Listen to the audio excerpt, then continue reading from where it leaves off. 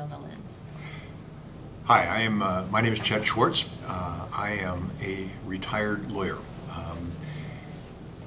Going way back to the 80s, actually late 70s, I became acquainted with Neil Macy. Neil became a close friend and client of mine, and we worked together on a number of matters throughout Denver, real estate matters, development type deals over the years. In the late 80s, Neil approached me with another idea of his, and Neil had a number of ideas over the years for development in Denver area, dealing with the Denver Convention Center and other matters that he took on as causes and championed those causes, and for the most part was incredibly successful at doing them. And he made a believer out of a lot of people that once he set his sights on things, they tended to get done. So when he came to me with the concept of figuring out a way to help finance a baseball stadium so that it could trigger a possible Denver Major League Baseball team, I wasn't as skeptical as many people would otherwise have been. And we talked about it at length, and back in the late 80s, to sort of set the stage, Denver was in the middle of a fairly strong downturn economically. About 87, I believe it started. And Denver was really on the ropes. We had a pretty unique economy that was based a lot on natural resources, oil and gas and so on, and that had crashed and burned, and things were pretty grim around Denver economically. But Denver had just passed a vote in favor of the Scientific Cultural Development Fund, I believe was the name of it. SCDF was the program, and it was a tax program to fund various cultural facilities around the Denver metro area. And fortunately, city leaders and the voters thought that it was a good idea to invest in the future of Denver with cultural facilities and to finance it with this particular tax. And that had just passed. The convention center, I believe, had just been completed right about that time. There was talk of DIA at that time and the brand new airport, which was going to be extremely expensive. So there were a lot of things on the table at the time, and as I say, the economics weren't so great. So it seemed a little bit of a stretch, perhaps, to ask the taxpayers again for some means to finance a baseball stadium for a team that we didn't even have yet. As I recall it, the reason that we needed to set up some kind of a financing at that point was Major League Baseball had made it very clear that they would not that it would not expand into any city unless the city had a baseball-only stadium. And it made sense because the football stadiums that were in these major cities typically were somewhere between 65,000 and 80,000 seats. And I don't know what the average baseball attendance was at the time, but 25 to 35,000 would probably be a decent number for an average attendance level. And if you put 25 or 30,000 people in an 80,000 or 75,000 seat stadium, it would look empty all the time. And so Major League Baseball was pretty adamant that that was a starting point. There had to be a baseball-only stadium. Denver, of course, did not have a baseball-only stadium. We had Mile High, which was where the Broncos played, and that had recently been expanded. And I can't remember the timeline exactly, but Mile High Stadium went through a number of different renovations and iterations, and one of them was a movable set of stands that retracted for football and came up closer, I believe, for baseball, is I think how it worked. So the appetite, for another major expenditure for a major league athletic team was uncertain at the time, to say the least.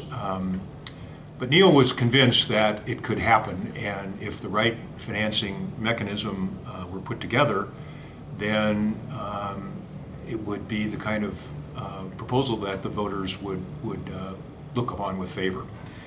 And in order to do that, we needed to go to the state legislature and pass some form of legislation in what was then the six-county metro area to get the voters to approve that kind of new tax. And it was decided that a sales tax would be the appropriate method, and I believe the number was 1/10% or a penny on $10, as I guess. And in order to do that, Neil, who knew a lot of the politicians and was politically active, and decided to go to the then Speaker of the House in Colorado, Chris Paulson, and see whether he would be willing to sponsor a bill like this to get it started. This is late 80s, 88, 89, somewhere there. And he and I sat down and talked about it before we did that, and I went through some legal research and looked at the existing tax bills, the SCFD bill, and other ones, and we kind of came up with an outline of the kinds of things that would be necessary in a bill of this type to pass legal muster to get to the voters. And we put together this outline of key points that we were going to need. Neil and I went to meet with Chris Paulson. Chris was, as I say, Speaker of the House at that, or Majority Leader, I guess, Majority Leader, not Speaker of the House. He was, and he had a pretty full plate on a number of items that he wanted. He was, for whatever reason, not willing to be the sponsor of that bill. Neil then called on a number of other sources that he knew, and eventually was introduced to Kathy Williams, a state legislator who he was told would be interested in this and would be able to, would probably be willing to sponsor it and would be a good person to do that. And so Neil met with Kathy, and I think I may have met once early on, but I don't recall that. But Neil pretty much carried the ball on that part of it then to talk with Kathy, and then she picked it up and really ran with it to sponsor the bill. After whatever all the political wranglings that went on, I was involved with the legislative drafting office of the Colorado State Legislature, and they have people there who their job is to actually draft the legislation, whatever it may be. And I worked with that person a little bit to, formulate some of the key basics that we thought we needed in the legislation to make it work from Major League Baseball's point of view, or at least as we understood it to be, because all this was very premature. No team had been designated for Denver or Colorado, really. So we had to kind of guess as to what that was, and Neil had done a lot of work talking to people at Major League Baseball and other places to find out what it appeared that they would need. So we put all that into outlines, and Kathy Williams led the charge in the legislature to and worked with the legislative drafting office to come up with the final bill, which was called for a vote of the 6 counties in the Denver metro area to approve this 1/10% sales tax. And that sales tax was to go for some period of time, which was about 20 years, unless it was paid off sooner. That bill ultimately passed the legislature and went to a vote of the 6-county area in 1990, 1989, somewhere in there. And it passed in all the counties, as I understand it, except for Adams County did not vote in favor of it, but all the other counties did. But that was enough to carry it, and it went into effect. After that, my role was very limited. In fact, I'm not sure that I did much of anything after that, but Neil and I know Kathy to a certain extent also were involved in getting sponsors and people, ownership groups and all that to try to get together to bring Major League Baseball to Denver. But the first hurdle was, of course, to get financing for a baseball-only stadium, and that was accomplished through the vote of this in the six-county area. So you were a real estate attorney, and Coors Field obviously went into lower downtown. Did that have any impact? It had a big impact.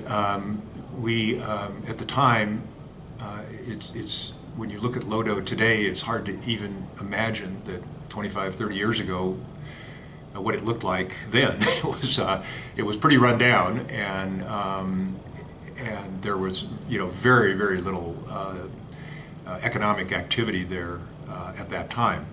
So to locate the stadium in Lodo was seen as a potential boon for lower downtown Denver, and in fact, it's so obvious that it doesn't even need to be restated. I mean, it's boomed since then, and clearly, most people, I believe, would say that Coors Field jump-started that, and without that, it probably would have gone. It probably would have worked, but it would have been a lot more years before it happened. So. I think one thing that people may not understand about attorneys and legislation is that there's a legal side of putting together a piece of legislation, and then there is the practical side. Same thing with any lawsuit, right? There's Correct.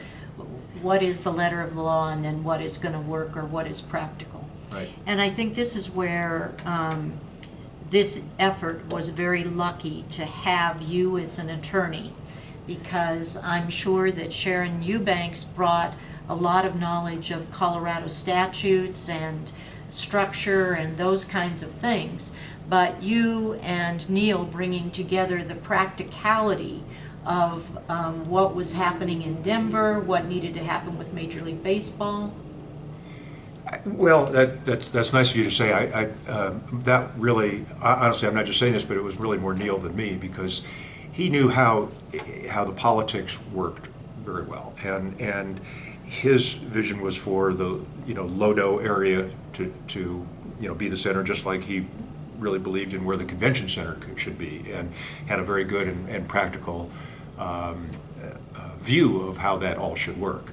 I am a lawyer, and I did that back then and all that, but the practical side of it was an important part of that. We relied more on Sharon Eubanks, I guess, was the legislative drafter, to do the technical stuff. I was not a legislative drafting attorney. I mean, I don't know. I didn't do that, and I was a real estate and finance lawyer, kind of, and that's kind of what I did.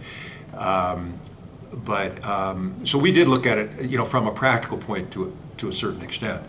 I did not have the experience with Major League Baseball, though, and I didn't know, exactly how all that was going to work. So we tried to just do it in a way that made some common sense and would have some common sense appeal to voters, because, as I said, there was a lot going on in Denver at that time, and the economy was not all that great. This required some foresight by the city of Denver, by the voters when I say Denver, I mean metropolitan Denver.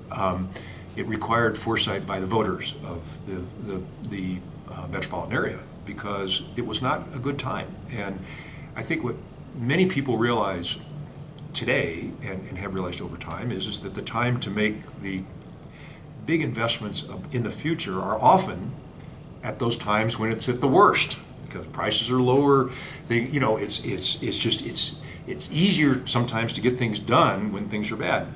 It's harder sometimes when we're in a bubble situation, and as could some people think we are today, that the prices are really high, that everything's going great guns. It's hard to make, and maybe not the wisest time to make some of these major infrastructure investments, because it's more expensive and it's more difficult. But we don't always have those choices. They're not always available to us. You kind of have to do what you have to do.